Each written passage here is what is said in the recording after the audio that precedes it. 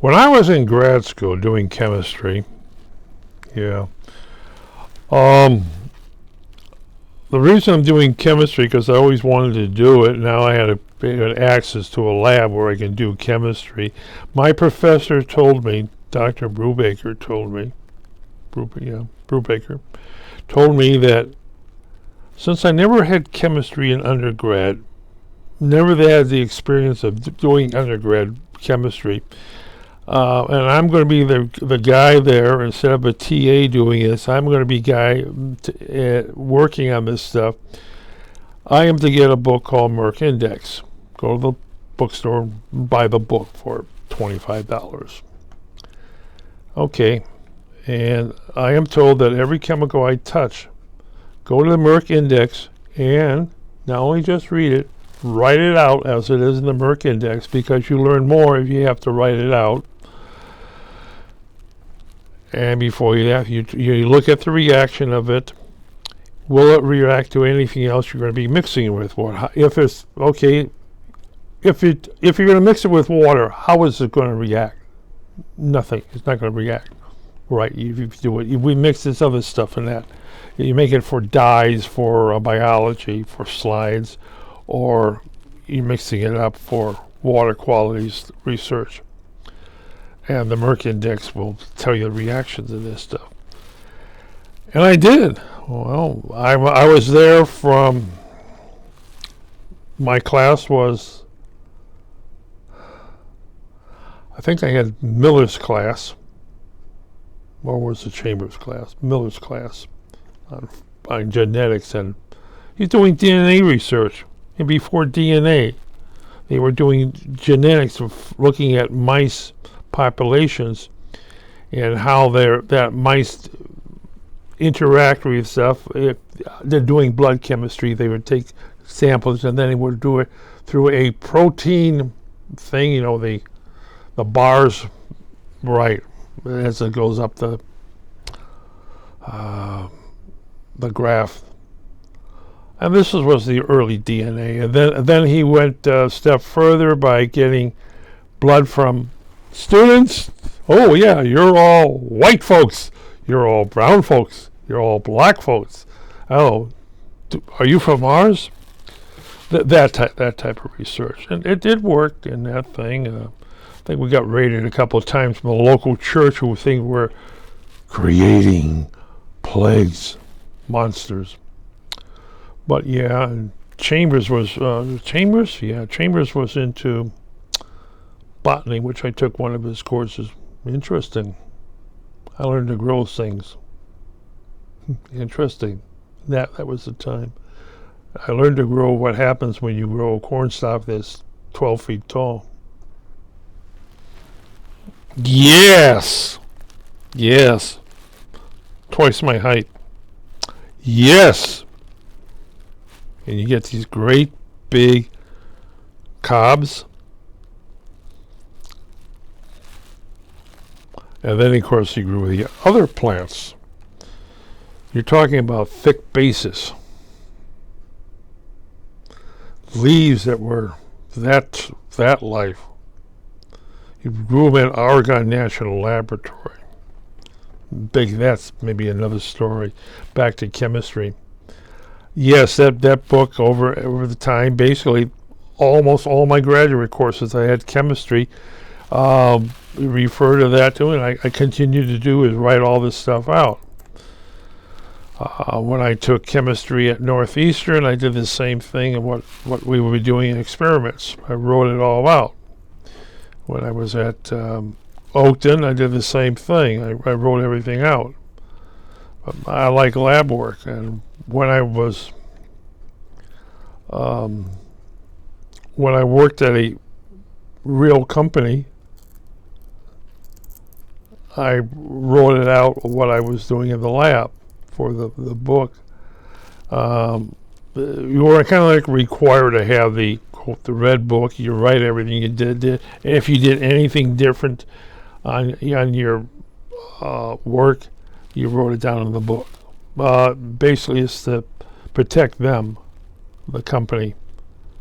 And if it's new, they may be added to procedures.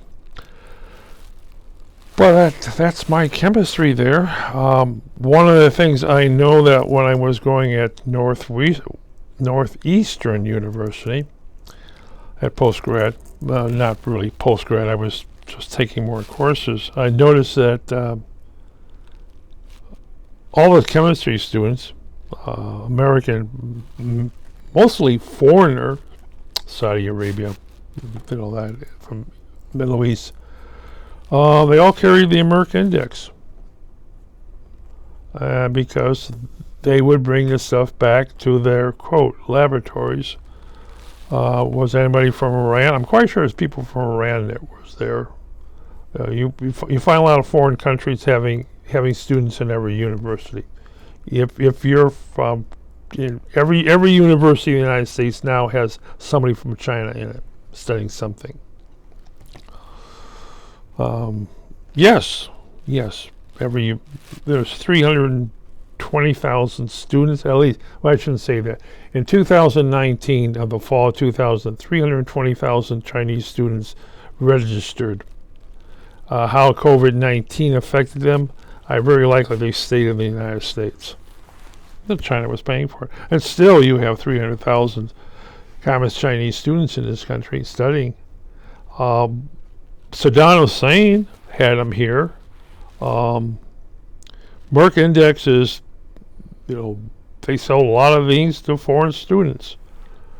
And students are living here. Which reminds me, I've got 6 of them I'd like to get rid of at home. Should bring those in. Josie, you want a Merck Index for your kids?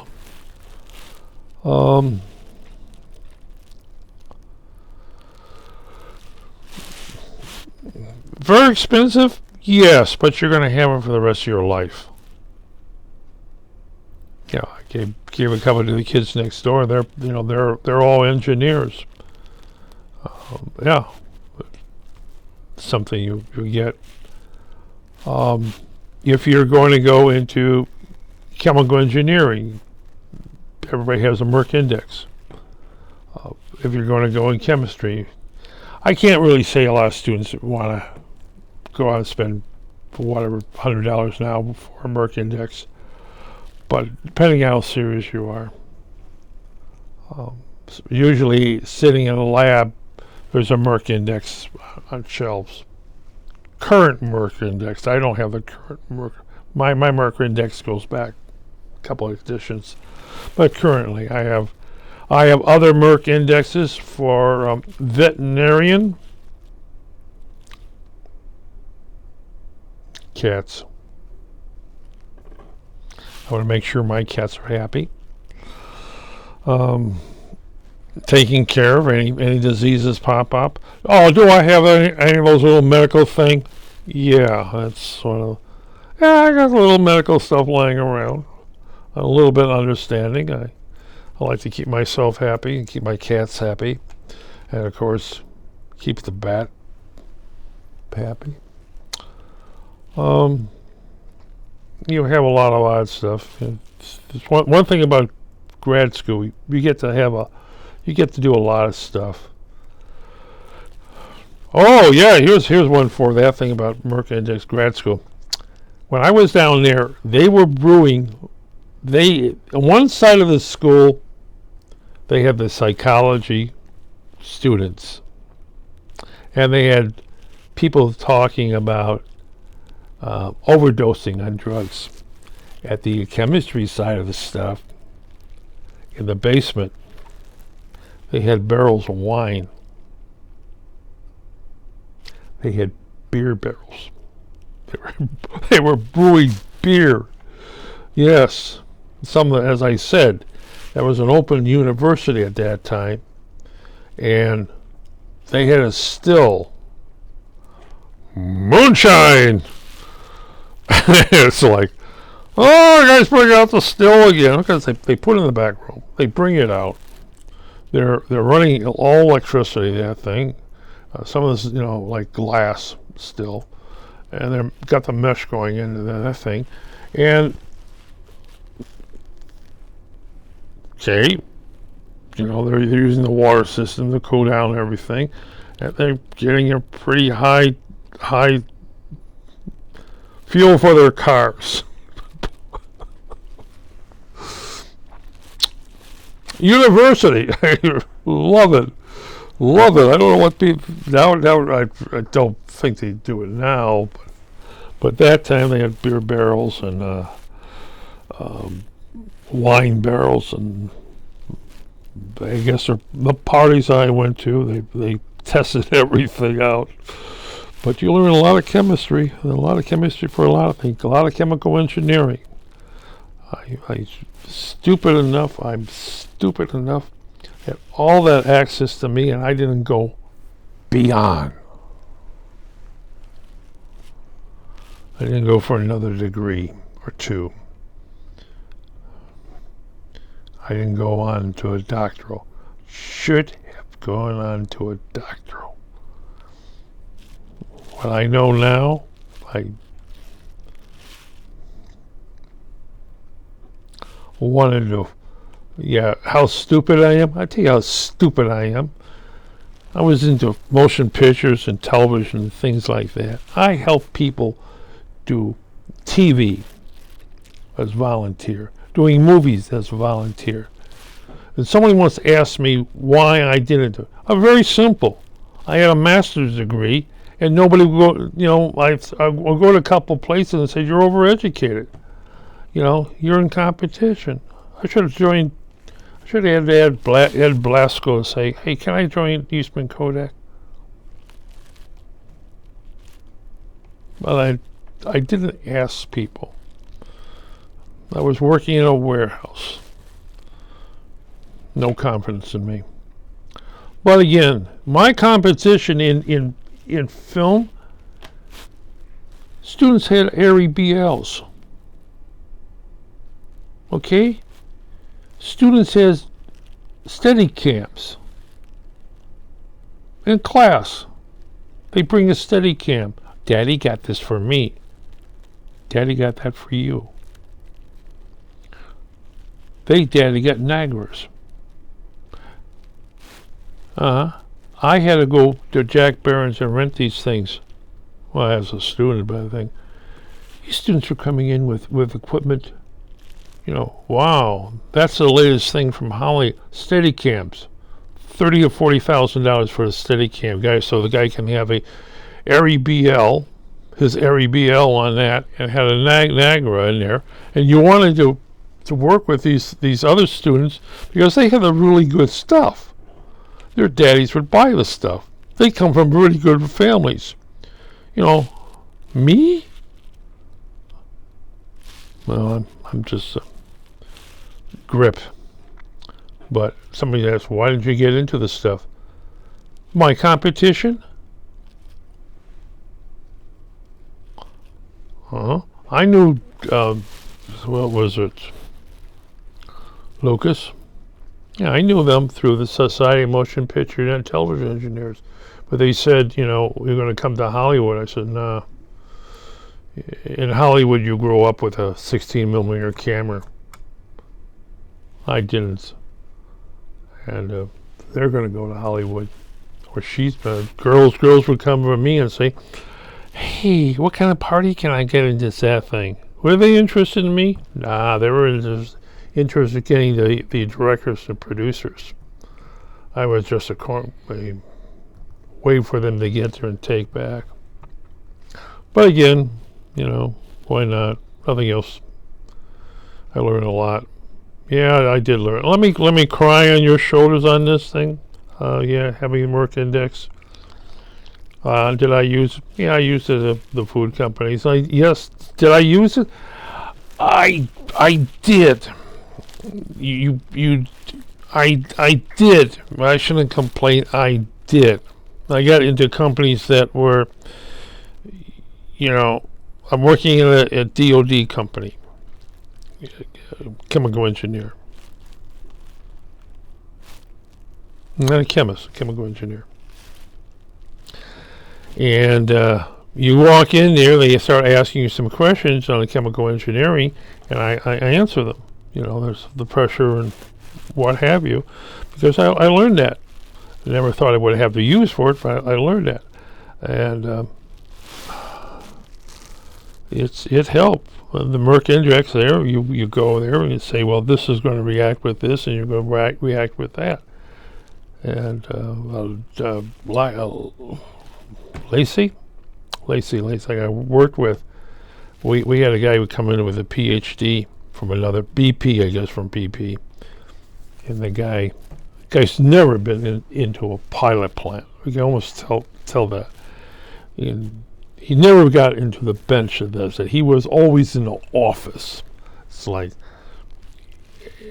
he asked this thing about some of the engineering stuff, and he asked something, and I remember one of the guys turning and says, he doesn't know what he's talking about. We can't let him handle chemicals. We can't let him near the pilot plant. We can't let him near. He needs to stay in the office. The guy came over there and he wanted to start a machine up. And there's this tag on it: do not start this machine. Tag here, tag on this big switch over there. Do not start that thing. And so he said he wants to start it up. I says, well, you got the tags there. Oh, so what? What does that mean? It means you don't start them up. Oh, I'm the boss. Okay. Now I go to get Lassie, and he says he's going to start the machine up back there. But there's tags on it. He's going to start up the machine. Sure enough, the guy was going to start up the machine. He took off the do not operate tags on this thing because he was stopped, and he was basically stopped. He says, "You don't turn this on, period. But I'm the boss. Don't do anything." He called head and everything. Yep, he didn't show up the next morning. Yeah, but you run into that type of people, the dangerous one. Do you know if they read this stuff ahead of time? You don't mix this stuff. Oh well, that's my Merck Index. Stay alive. Read this first. I should have given that too. We had a thing on education night. I should have said. I should have brought those Merck. Oh, stupid me! I could have gotten rid of those little students there. You know. Oh well. That's my Merck Index.